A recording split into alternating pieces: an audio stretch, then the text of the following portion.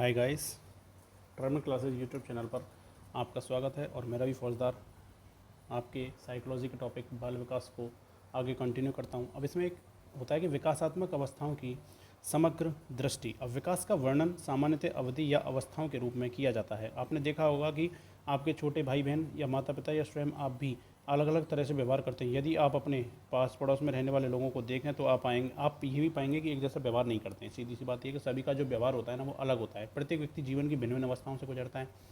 अब प्रत्येक व्यक्ति जीवन की भिन्न भिन्न अवस्थाओं से तात्पर्य होता है कि मतलब हर व्यक्ति जीवन में अनेक अवस्थाओं से होकर गुजरता है। स्टेजेस कहते हैं इनको इंग्लिश में। और उदाहरण के लिए वर्तमान में आप किशोरावस्था में, कुछ दिन बाद आप प्रौढ़ावस्था में हो जाओगे। मतलब ये मतलब चरण चलता रहता है। अब आप देख लेना, इसमें कुछ ऐसा कोई खास नहीं है।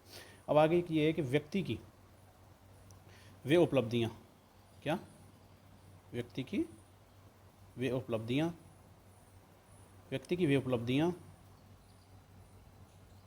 ये उपलब्धियाँ विकास की उस अवस्था की एक सामाजिक अपेक्षा बन जाती है। मतलब व्यक्ति की ये उपलब्धियाँ जो होती हैं ना, विकास की उस अवस्था के लिए एक सामाजिक अपेक्षा बन जाती है। इन्हें विकासात्मक कार्य यानी डेवलपमेंटल टास्क्स कहते हैं। आप विभिन्न प्रकार की अवस्थाओं या उनकी प्रमुख विशेषताओं के बारे में पढ़ेंगे। अब देखो, सबसे पहला जो इसमें से जो मोस्टली जो क्वेश्चंस बनता है ना, वो दोस्तों बनता है कि जो बालक का जो विकास होता है ना वो गर्भाधान से स्टार्ट हो जाता है। सबसे पहला बालक बहुत से क्या करते हैं, बाल्यावस्था करके आते हैं उसमें ऑप्शन, लेकिन वो आंसर होता है गर्भाधान।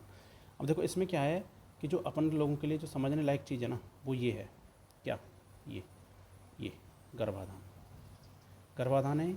अब इसमें क्या सिस्टम होता है गर्भाधान में कि गर्भाधान से लेकर जन्म की अवधि को प्रसव काल, क्या गर्भाधान से लेकर जन्म की अवधि को क्या कहते हैं, प्रसव काल। एक मिनट रुको।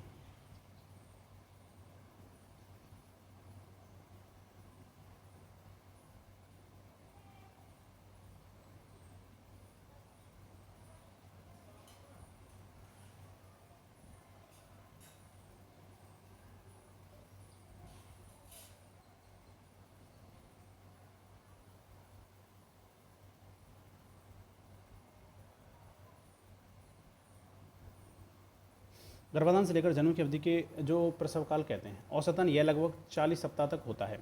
अब इसमें क्या सिस्टम होता है कि लगभग 40 सप्ताह तक होता है। अब तक आप जान चुके हैं कि प्रसव काल में तथा जन्म के बाद में हमारे विकास को हमारी आनुवांशिक रूपरेखा ब्लूप्रिंट निर्देशित करती है। ब्लूप्रिंट को याद रखें। प्रसव पूर्व अवस्था की विभिन्न अवधियों से आनुवांशिक तथा परिवेशीय दोनों प्रकार के कारक हमारे विकास को प्रभावित करते हैं। अंडरलाइन कर लेना इस चीज़ को। क्या अंडरलाइन करना है आप लोगों को, ये अंडरलाइन करना है। आप चाहो तो इस चीज़ को लिख भी लेना, ये लिख लेना है आपको। आनुवांशिक परिवेशी दोनों ही प्रकार के कारक हमारे विकास को प्रभावित करते हैं। बहुत ही अच्छी लाइन है।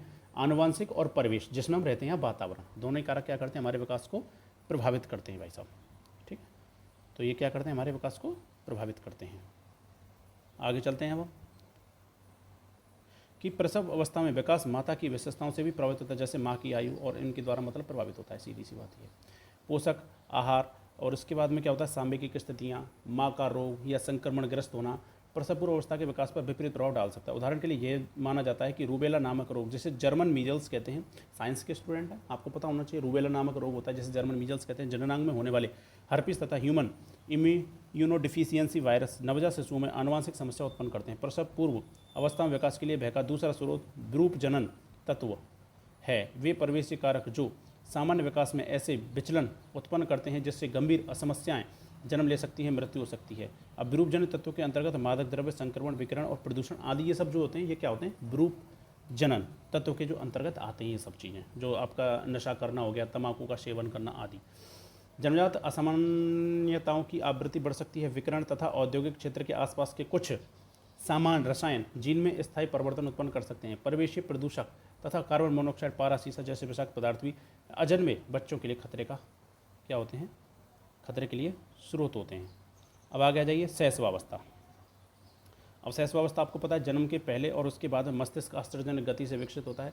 मस्तिष्क के विभिन्न भागों तथा मानवीय क्रियाओं जैसे भाषा, प्रत्यक्षण, बुद्धि के संचालन पर मस्तिष्क की महत्वपूर्ण भूमिका के बारे में आप अध्याय 3 में पढ़ चुके हैं। छोड़ो, नवजात शिशु उतना असहाय नहीं होता जितना कि आप सोच सकते हैं। जीवन की कार्यप्रणाली को बनाए रखने के लिए आवश्यक क्रियाएं नवजात शिशु में उपस्थित रहती हैं। वह सांस लेता है, चूसता है, निगलता है और शरीर के अपशिष्ट पदार्थों का त्याग या विसर्जन भी करता है। आपको पता ही है नवजात शिशु यह बताने में सक्षम होते हैं कि ध्वनि किस दिशा से आ रही है। अन्य स्त्रियों की आवाज़ तथा अपनी माँ की आवाज़ में अंतर कर सकते हैं। हम जैसे देखा होगा बालक की साइड में, आप अगर अपन जो शैशवावस्था में बच्चा है उसके सामने अगर ताली बजाओगे तो आपकी तरफ देखता है। ठीक है। तो मतलब थोड़ा सा ध्यान आ जाता है उसको, मतलब हवा अनुकरण कर सकते हैं, जीभ बाहर निकलना, मुंह खोलना आदि, ये सभी तत्व आते हैं इसमें। अब आगे एक देखो, इसका जो क्या है, पेशी है, क्या पेशी विकास क्या होता है बच्चे का, पेशी विकास। और देखो पेशी विकास में क्या होता है, नवजात शिशुओं की पेशी क्रियाएं, प्रतिवर्त, ध्यान रखना इस चीज़ को, क्वेश्चन आता है कि जो प्रतिवर्त, जो पेशी विकास नवजात शिशुओं में पेशी क्रियाएं प्रतिवर्त, रिफ्लेक्सेस, ये किस में आते हैं, शैशवावस्था में। जो उद्दीपकों के प्रति स्वचालित तथा स्वाभाविक रूप से विद्यमान अनुक्रियाएं होती हैं, ये संचालित होती हैं, ये आनुवंशिक रूप से प्राप्त अतिजीविता तंत्र हैं तथा बाद के पेशी विकास के लिए आधारभूत इकाइयाँ हैं। नवजात शिशुओं को सीखने के लिए अवसर मिलने के पहले प्रतिवर्त अनुकूली तंत्र के रूप में कार्य करते हैं। नवजात शिशुओं में पाए जाने वाले कुछ प्रतिवर्त जैसे खांसना, पलक झपकाना तथा जमाई लेना जीवन पर्यंत बने रहते हैं। कुछ दूसरे प्रतिवर्त मस्तिष्क की कार्यप्रणाली के परिपक्व होने तथा व्यवहार पर एक्शन नियंत्रण के विकसित हो जाने पर विलुप्त हो जाते हैं। जब मस्तिष्क विकसित होता है तो शारीरिक विकास अग्रसर होता है। जैसे जैसे शिशु बढ़ता है, मांसपेशियों तंत्र का तंत्र परिपक्व होते हैं और जो सूक्ष्म कौशलों का विकास करते हैं। आधारभूत शारीरिक पेशी कौशलों के अंतर्गत वस्तुओं को पकड़ना, उसके पास पहुंचना, बैठना, घुटनों के बल चलना, खड़े होकर चलना, दौड़ना आदि कुछ अपवादों को छोड़कर शारीरिक पेशी विकास का अनुक्रम सार्वभौमिक होता है। संवेदी अवस्थाएं, संवेद क्या होते हैं कि जब आप जान चुके हैं कि नवजात शिशु उतने अक्षम नहीं होते जितना भी देखते हैं, जन्म के मात्र कुछ घंटे बाद ही वे अपनी आवाज़, माँ की आवाज़ को पहचान सकते हैं एवं उनमें अन्य संवेदी क्षमताएं भी होती हैं। नवजात शिशु कितनी अच्छी तरह से देख सकते हैं। नवजात शिशु कुछ उद्दीपकों जैसे चेहरों को अन्य उद्दीपकों की तुलना में देखना पसंद करते हैं, यद्यपि यह पसंद जीवन के कुछ महीनों में परिवर्तित होती है। प्रौढ़ों की तुलना में नवजात शिशुओं की दृष्टि कम की गई है। छठे महीने तक इसमें सुधार होता है। लगभग 1 वर्ष की उम्र तक दृष्टि लगभग प्रौढ़ों के समान हो जाती है, यानी 20/20। क्या नवजात शिशु रंगों को देख सकते हैं? वर्तमान में यह सहमति है कि ये लाल रंग तथा सफ़ेद रंग के मध्य विभेदन में सक्षम होते हैं, परंतु सामान्यतः वे रंग विभेदन में अपूर्ण होते हैं और पूर्ण रंग दृष्टि 3 माह की आयु तक विकसित होती है। नवजात शिशुओं में श्रवण का स्वरूप कैसा होता है? नवजात शिशु जन्म के ठीक बाद सुन सकते हैं। नवजात शिशु जैसे जैसे विकसित होते हैं उनकी ध्वनि की दिशा निर्धारण की क्षमता में सुधार होता है। नवजात शिशु स्पर्श के प्रति अनुक्रिया व वे पीड़ा की अनुभूति भी कर सकते हैं। ग्रहण तथा स्वाद की दोनों क्षमताएं भी नवजात शिशुओं में होती हैं। अब देखो संज्ञानात्मक विकास कैसा होता है। अब संज्ञानात्मक विकास के संज्ञान कौन थे? जीन पे आ जाते हैं, इसको ध्यान रखना। 3 वर्ष का बालक चीज़ों को उसी प्रकार से समझेगा जैसे कि 8 वर्ष का बालक। चीन प्याजे ने इस बात पर बल दिया कि बच्चे संसार के बारे में अपनी समझ की रचना सक्रिय रूप से करते हैं। परिवेश से सूचना उनके मन में मात्र प्रवेश नहीं करती, बल्कि जैसे जैसे बच्चे बड़े होते हैं, देखो इनको थोड़ा सा आप लोग समझ लेना, बहुत इंपॉर्टेंट है। चाहो तो आप इन चीज़ों का स्क्रीनशॉट भी ले सकते हो। ये क्वेश्चन इनमें से बनता है। बच्चे क्या करते हैं कि कहीं से कहीं डोलते रहते हैं, लेकिन जो क्वेश्चन जो मोस्टली बनता है वो इनमें से बनता है कि रोटिंग क्या होती है, मोरो क्या होती है, पकड़ना क्या होता है, बॉबिन्स क्या होती है।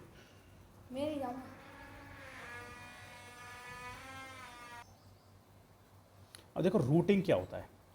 अब रूटिंग के बारे में बच्चे क्या जानते हैं? अब रूटिंग क्या होता है कि रूटिंग में बच्चे, जैसे कि रूटिंग है,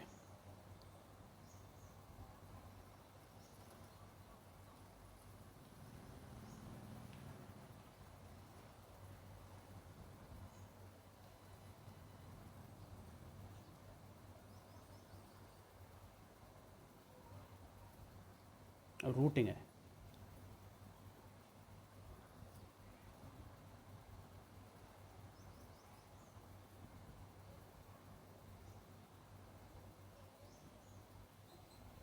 देखो इसमें क्या होता है, रूटिंग होता है, एक होता है मोरो और एक पकड़ना और एक बॉबल्स। अब देखो इनमें से ही क्वेश्चन आपका बनता है। जैसे रूटिंग क्या होता है? सिर घुमाना, रूटिंग है ये।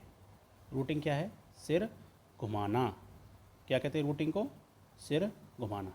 क्या है रूटिंग? सिर घुमाना। अब देखो ये रहा रूटिंग, सिर घुमाना रूटिंग होता है। रूटिंग क्या होता है कि गाल को छूने पर सिर को घुमाना और मुंह को खोलना। मतलब गाल को जैसे ही बच्चे को छूते हैं, बच्चा क्या करता है? सिर घुमा देता है। तो ये कब कब होता है? 3 से 6 माह में विलुप्त हो जाते हैं ये सब चीज़ें, ठीक है। तो ये सब चीज़ें आपको ध्यान रखने लायक चीज़ें हैं। उसके बाद में क्या है, जैसे कि एक होता है मोरो। अब मोरो में क्या होता है? मोरो याद रखें, मोरो यानी यदि तीव्र शोर होता है तो बच्चा अपनी कमर को मोड़ते हुए भुजाओं को आगे की ओर फेंकता है और फिर अपनी भुजाओं को एक साथ लाता है और कुछ पकड़ रहा हो, मतलब आगे की ओर, मतलब हाथों को एक साइड फेंकता है। मोरो यानी 6 से 7 माह विलुप्त हो जाए। यद्यपि तीव्र शोर के प्रति अनुक्रिया स्थायी होती है। तीव्र शोर के प्रति क्या होती है? अनुक्रिया स्थायी होती है। अब आगे देखो, जैसे पकड़ना होता है, बच्चे की हथेली को यदि उंगली या किसी अन्य से दबाया जाए तो बच्चा उंगलियों को मतलब इर्द गिर्द पकड़ लेता है। 3 से 4 माह में होता है। ऐच्छिक पकड़ से विस्थापित हो जाती हैं ये सब चीज़ें, ठीक है। बॉबिन्स की क्या होता है? ये क्वेश्चन बने हैं आप लोगों के यार, मोस्ट इंपोर्टेंट क्वेश्चन है। अब ये क्या होता है? कि यदि बच्चे के पैर के तलवों को ठोका जाता है तो पैर की उंगलियां ऊपर की ओर फैल जाती हैं। अगर ठोकेंगे किसको, पैर के तलवों को, बेबिन्स की।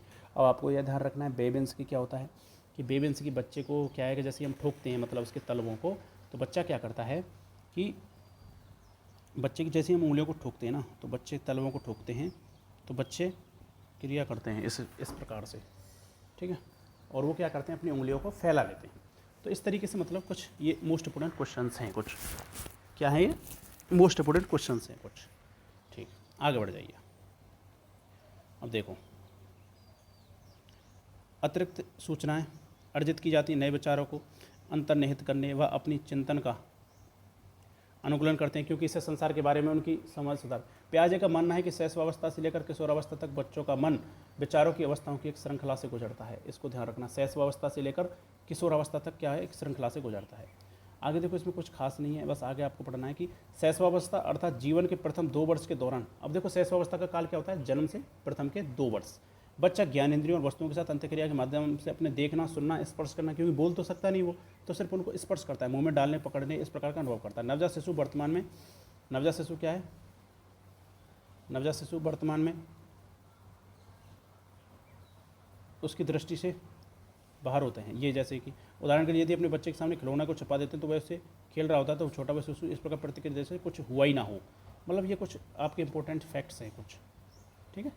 आगे बढ़ जाइए। अर्थात खिलौना ढूंढेगा ही नहीं वो, बच्चा मान लेता है खिलौना नहीं है। जीन पियाजे की इस अवस्था में बच्चे तत्कालिक संवेदी अनुभवों के परे नहीं जाते हैं, तत्कालीन संवेदी। अब इसको देखो, ये बात ध्यान रखना, अब आप लोग इम्पोर्टेंट लाइन है ये कि पियाजे के अनुसार इस अवस्था में बच्चे तत्कालिक संवेदी अनुभवों के परे नहीं जाते हैं। मतलब तत्कालिक जो संवेदी अनुभव होते हैं जो उनके सामने हो रहा था, वो सिर्फ उसी चीज़ को बारे में जानकारी रखते हैं। जैसे उस चीज़ को हटा लेंगे तो उस चीज़ को भूल जाएंगे। मतलब उनमें वस्तु स्थायित्व, क्या वस्तु स्थायित्व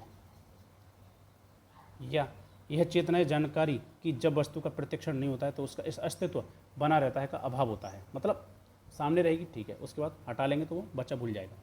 8 माह की आयु तक धीरे धीरे अपना अपने आंशिक रूप से छिपाई वस्तुओं का पीछा करना प्रारंभ कर देता है। शिशुओं में वाचिक संप्रेषण का आधार उपस्थित होता है। शिशुओं में 3 से 6 माह की आयु के बीच बबलाने से स्वरीकरण का प्रारंभ होता है, प्रारंभिक। अब देखो इसमें होता है एक सामाजिक सांवेगिक संवेगात्मक विकास क्या होता है। अब सामाजिक संवेगात्मक विकास क्या होता है भाइयों, कि शिशु जन्म से ही सामाजिक प्राणी होता है। एक शिशु परिचित, अब चेहरे मतलब सीधी सी बात है, सामाजिक समय क्या होता है कि परिचित चेहरों को वरीयता देना प्रारंभ कर देता है। कूकने और किलकारी भरने के साथ माता पिता की उपस्थिति के प्रति क्या करता है, वो अनुक्रिया करता है। 6 से 8 माह की आयु तक वे अधिक गतिशील हो जाते हैं और अपनी माता के साथ रहना पसंद करने लगते हैं। जब वे नए चेहरे को देखकर डरते हैं तो अपनी माँ से अलग कर दिए जाते हैं और रोते हैं और पीड़ा की अभिव्यक्ति करते हैं। जैसे ही वो अलग करेंगे तो अपनी माँ से अलग करेंगे, बच्चा रोएगा, सीधी सी बात ये है। मुस्कुराहट और आलिंगन से अपने भाव का प्रदर्शन करता है। शिशु एवं आलिंगन मतलब जैसे हम बच्चे की तरफ हाथ फैलाएंगे, बच्चा हमारी तरफ हाथ फैलाएगा, मतलब आलिंगन करता है। शिशु एवं माता पिता पालन करता है के बीच स्नेह का जो संवेगक बंधन विकसित होता है उसे आसक्ति कहते हैं। अंडरलाइन कर लो, बहुत ही अच्छी लाइन है ये।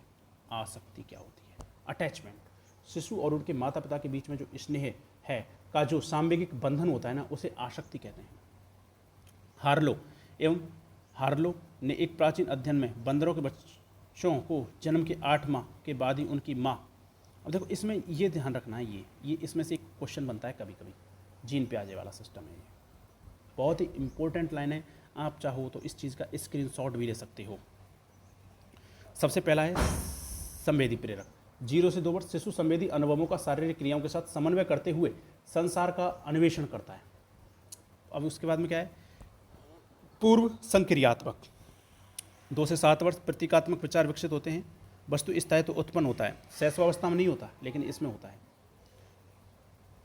शैशवावस्था बाल्यावस्था के बाद में प्रतीकात्मक विचार विकसित होते हैं, वस्तु स्थायित्व उत्पन्न होता है। बच्चों के विभिन्न, अब क्वेश्चन पूछा जाएगा कि बच्चों में वस्तु स्थायित्व का गुण पियाजे की कौन सी अवस्था में होता है, तो पूर्व संक्रियात्मक। संवेदी में नहीं होता है, संवेदी में तुम जैसे बच्चों के सामने वस्तु होगी उसको हटा देंगे तो बच्चा भी भूल जाएगा उस चीज़ को, ठीक है। लेकिन पूर्व संक्रियात्मक क्या, वस्तु स्थायित्व का गुण उत्पन्न हो जाता है, वस्तुओं के विभिन्न भौतिक गुणों को समन्वित कर पाता है। मूर्त संक्रियात्मक 7 से 11, एक तो इनकी जो डेट हैं, ये वर्ष हैं, इनको याद रखना है आपको।